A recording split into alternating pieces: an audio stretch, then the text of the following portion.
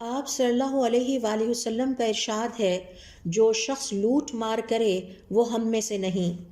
کسی کا حق کھانا یا چھیننا، بزنس میں دھوکہ دینا، وزن یا مقدار میں کم کر دینا، ملازمت یا کام میں ناجائز فائدہ اٹھانا، قرض لیتے وقت جھوٹ بولنا، دوسروں کی محنت کا حق نہ دینا، حکومت یا اداروں کے وسائل پر ناجائز قبضہ، کسی کی ملکیت یا جائیداد پر ظلم کرتے ہوئے ناجائز قبضہ کر لینا، یہ سب لوٹ مار کی مختلف شکلیں ہیں۔ حضرت علی رضی اللہ تعالیٰ عنہ فرماتے ہیں، جو شخص دوسروں کا حق کھاتا ہے وہ اپنے ایمان پر ڈاکہ ڈالتا ہے۔ امام شافعی رحمۃ اللہ علیہ فرماتے ہیں، لوٹ مار اور دھوکہ دینا انسان کو دوزخ کی طرف دھکیلتا ہے۔